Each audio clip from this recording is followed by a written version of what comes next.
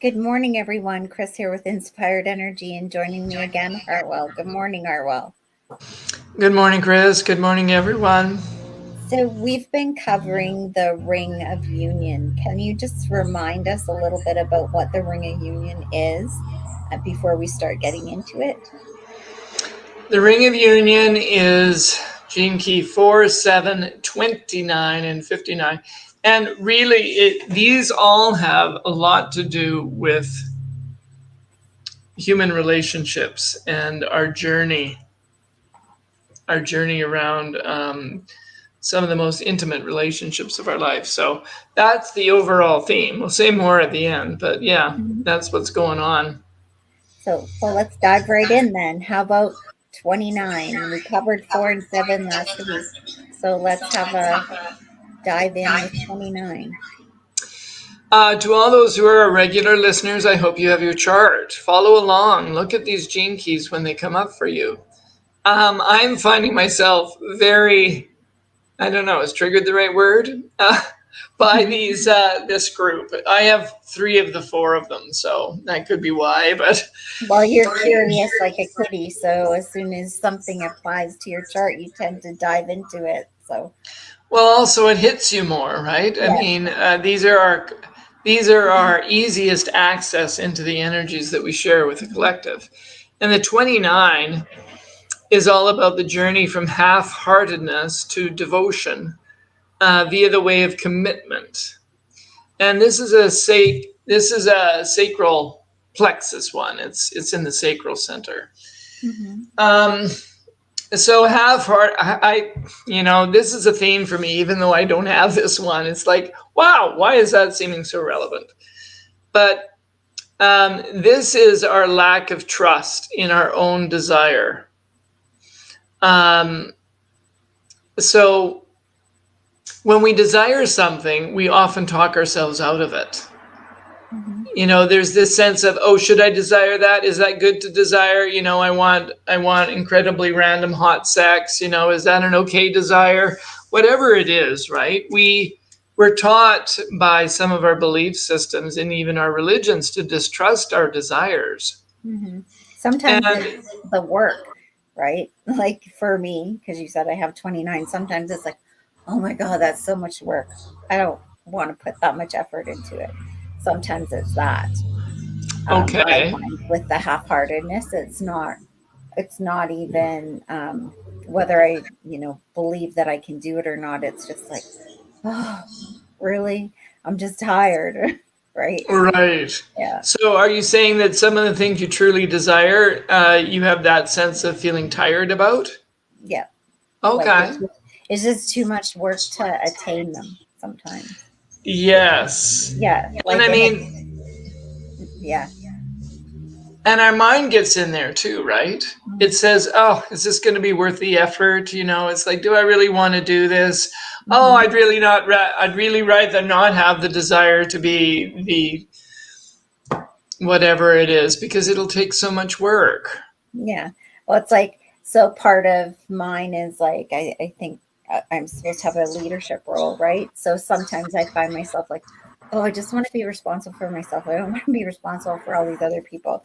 And, like their complaints and their whining, or they're, Mm, difficult, or they're, like they can't count on them because they want one thing and then they want something else. And so I find, sometimes that feeling of I would just like to take care of myself, like, right. and not have to step into that role. But even though I'm designed to do that, so then I automatically start doing it, even though, you know what I mean? So it's that Right. confusion part, right? Yeah. And I mean, that's where the trust comes in. Do we Hmm. trust our own desires to take us in the direction that ultimately we will want to be going in? Hmm. So if when we approach life half-heartedly, it robs us of the opportunity to fully participate in life's mystery. Some kind of magic or profundity is lost. Because when we enter into something with an energy of trust, then magic occurs as a result of that. Hmm. And so the energy of the gift Hmm. is to understand that, when we get out of our own way, when we trust our desire and our desire more and our mind less, then we're able to enter into something with a more positive energy. And that carries us forward in powerful and mythical ways. And we find that we don't need to think as much about the goal because the seed of the ending is already, the ending is already implied in the seed. It's like an oak doesn't have to continue to intend to be an oak because it's already implicit in the seed. Mm-hmm. And so at the highest level, that becomes devotion. Mm-hmm. So, yeah, this is very interesting because I played this over and over. I don't know if you've had this feeling, but when you remain in the energy of a commitment that started well, it carries you with a sense of ease, even if there's a lot of energetic input necessary. The thing that exhausts me is when my mind gets in the way and I'm second guessing everything. Mm-hmm. That's to me what makes me exhausted. Yeah, it's not that way for me. What exhausts me is dealing with people. So it's like, it's not the mind part. It's, I think, because like I'm so defined in the root and the ajna. So I'm doing both, right? The pressure centers. So I just find that having to think about the next move all the time and about others sometimes can be exhausting for me because Mm-hmm. it's Mm-hmm. constant. Like, yeah, it's constant for me. Well, as we've seen in some of our chats, you do have an extremely defined route with so much pressure there. Mhm. So, yeah, I could see that. Yes. Um, Things aren't getting done. They're not moving fast enough. They're not, like there's just that constant, yeah, mhm. that whole theme. Well, as we learn to trust more, then that can hopefully shift for us and for you as well, for all of us, as Mhm. we learn to, okay, how do I ride with this in a better way? And at the yoga of devotion, this is like commitment gone mad. Mhm. It's like you become so at one with your own commitment that it becomes a path of service. It becomes a Mhm. form of prayer.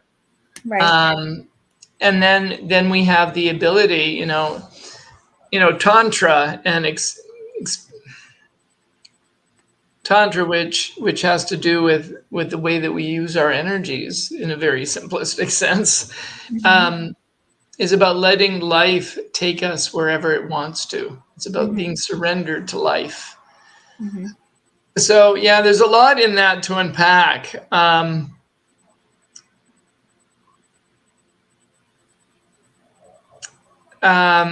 but part of it too, when we do something half-heartedly, there's actually a dishonesty in that, is what Richard Rudd points out. Mhm. Um, there's a holding back from life, Right. I guess, is the best way to put it. Yeah. Um, but that's going to become a theme in the next one, the 59. Mhm. That sense of, I mean, you and I talk about Christianity a fair bit because we're Mhm. Christian.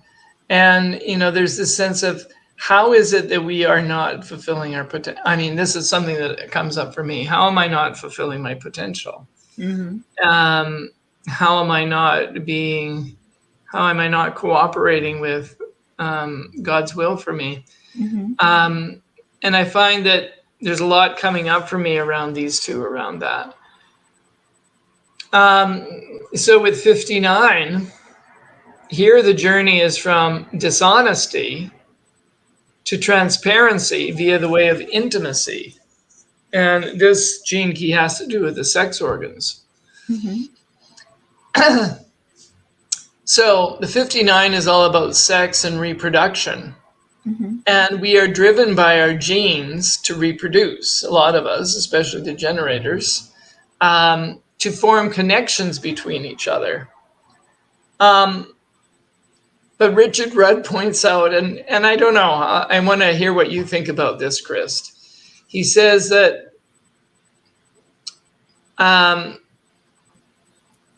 there is a deep distrust that exists within all of us towards other people.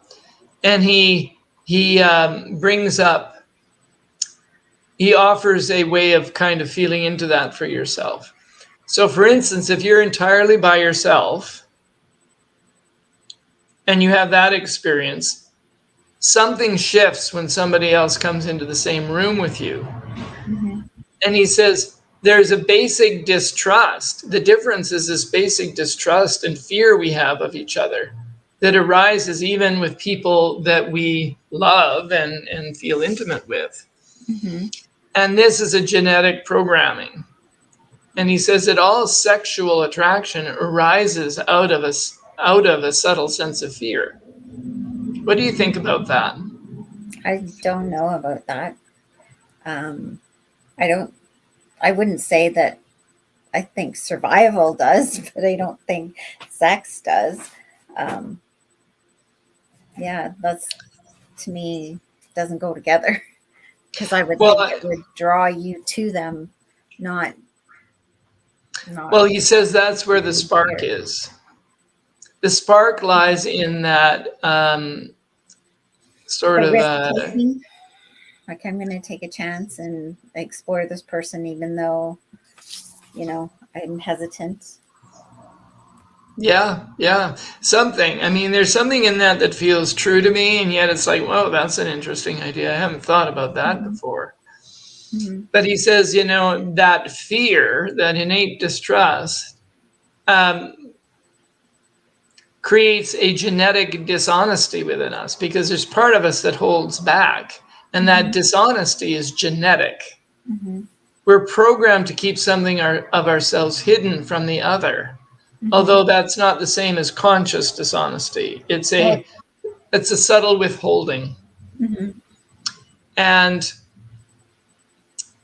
so the way to rise above it is to, in a sense, face the fears, clean up our hidden agendas, communicate with each other more clearly. And that leads to intimacy at the gift level, where the transcendental power of sex can be fully unlocked when we're honest and accept the shadow energy that we all share, So when you're with a partner and you can say, this is my shadow, yeah, this is mine, and not, accept that it's not ever going to be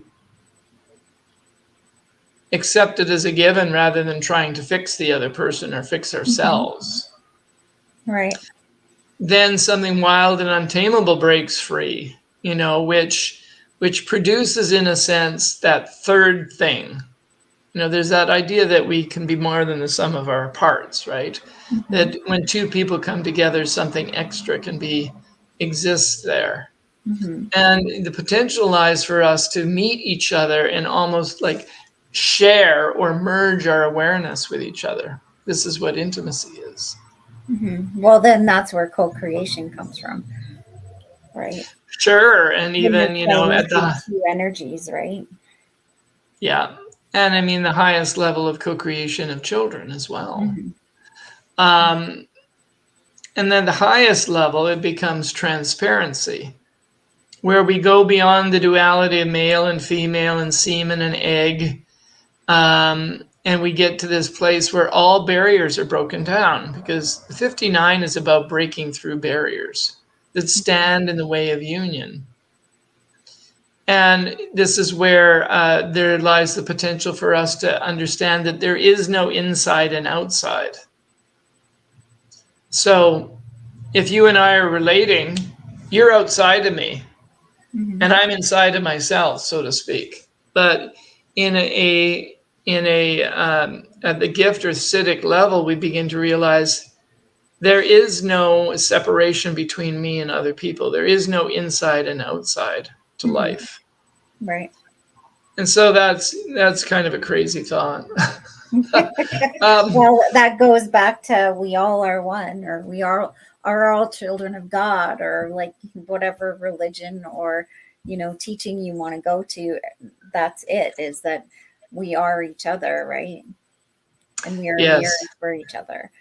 So. And I mean, one of the things he's saying too is that this fear that we have towards each other, this distrust at the shadow level, has actually created that strong sexual pull between members of our, species. Mm-hmm. And that once that shifts, he says that there's an evolution occurring within humans.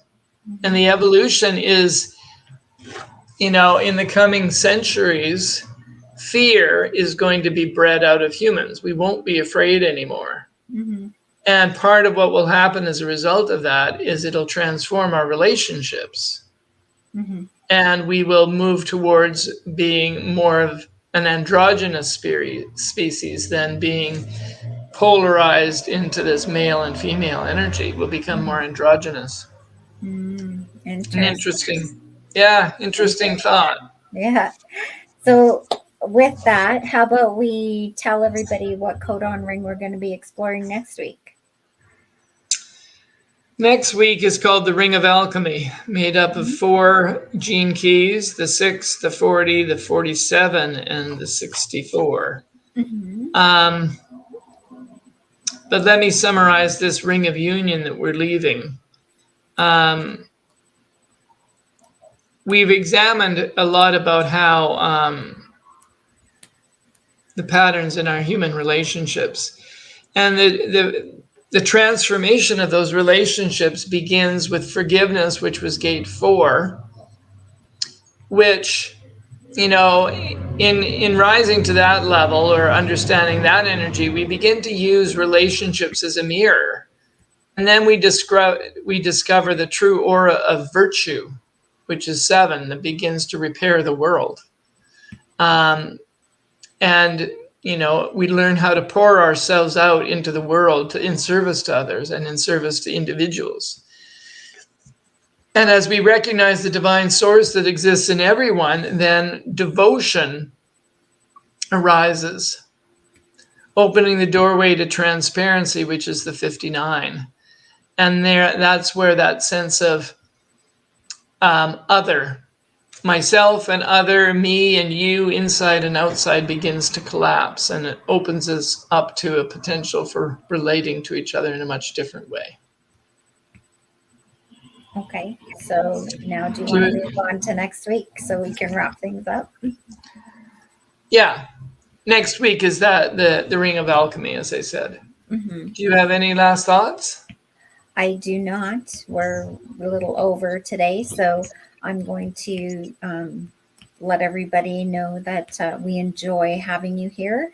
If you want to dive into your charts or any of these different things that aren't covered in a normal reading, you can dive in with us and book an appointment with Hartwell, and it's 587-596-3333. And we love you supporting our show and being here. So we'll see you next week. Thank you for that. Doing the Ring of Alchemy. Okay, bye for now. God bless.